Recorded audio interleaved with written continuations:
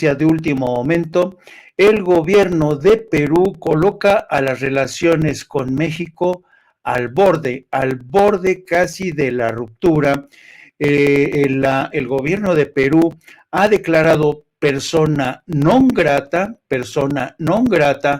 al embajador de México en Lima, Pablo Monroy Conesa, quien ya ha recibido instrucciones de la Secretaría de Relaciones Exteriores de México para que se regrese a México.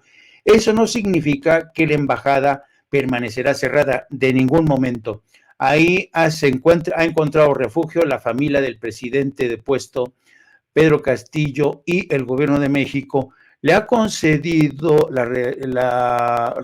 asilo, y el gobierno de Perú ha accedido a concederle el salvoconducto a la familia, a la primera dama Lilia Paredes, esposa del expresidente Pedro Castillo, así como dos de sus hijos, para que puedan viajar a México. Esto dado el ambiente de peligrosidad y encono que hay contra la familia del presidente Pedro Castillo, pero insisto, esto coloca al borde de la ruptura las relaciones con México, que ha hecho muchísimo, no solamente para tratar de rescatar al presidente Pedro Castillo, de igual forma que lo hizo con el expresidente de Bolivia, Evo Morales, ustedes se acuerdan, pues en esta ocasión está haciendo lo mismo.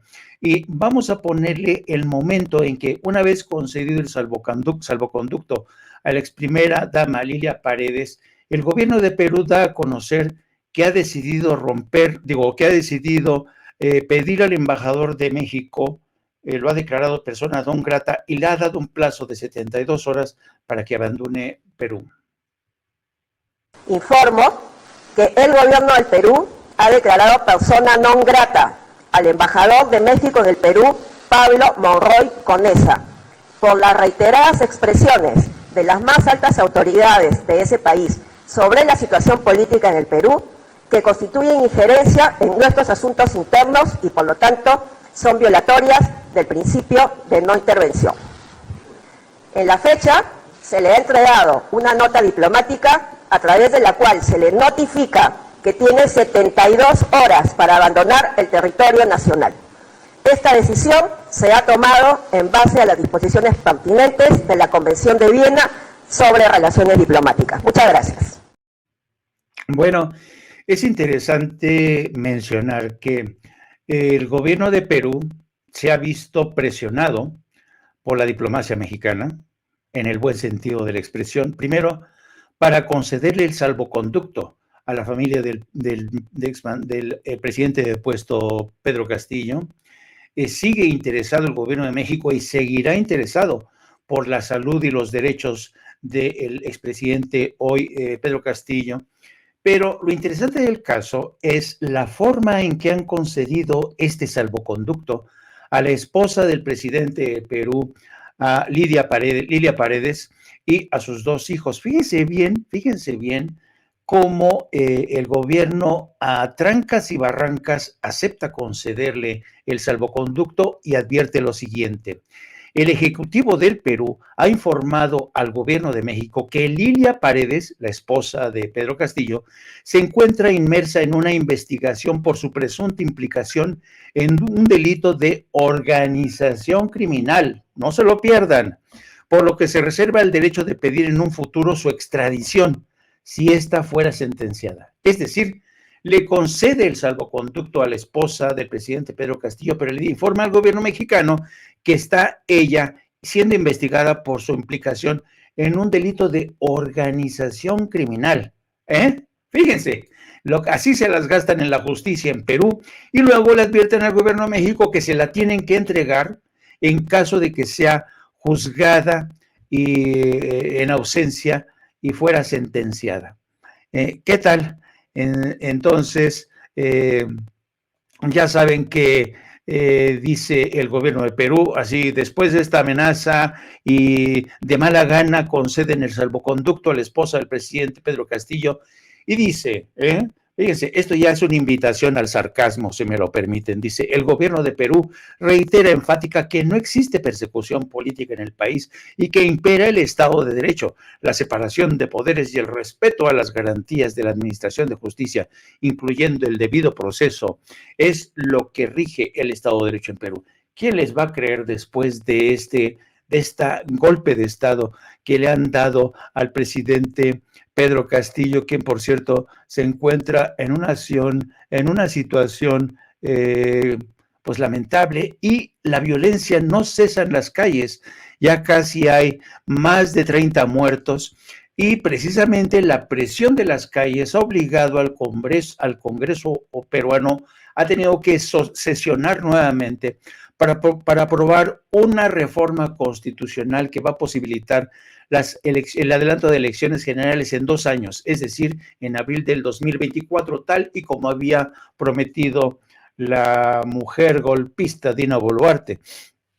La propuesta de reforma fue aprobada por 93 votos a favor, 30 en contra y una abstención, y ahora el Congreso tendrá que realizar una segunda votación en una fecha aún por definir para refrendar de forma definitiva las elecciones anticipadas. La votación mínima para dar luz verde a una reforma constitucional y poder convocar unas elecciones para elegir a un presidente o presidenta y a un nuevo Congreso es de al menos 87 votos, es decir, 2/3 de los miembros del Parlamento.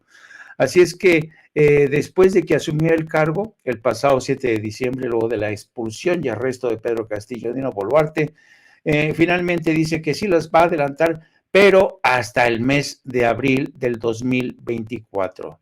Me pregunto yo, ¿será capaz el Congreso peruano de resistir la presión de las calles?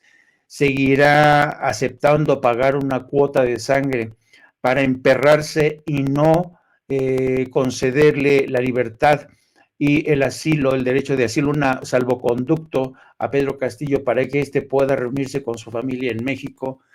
Pues así están las cosas, una situación de crisis en que se está viviendo ahora mismo en Perú, y es lamentable que Perú insista en estirar la liga, porque créanme, yo creo que 2022 se ha pintado de sangre, de golpe de Estado en Perú, y dudo mucho que puedan salir del atolladero que van cavando cada vez de forma más profunda.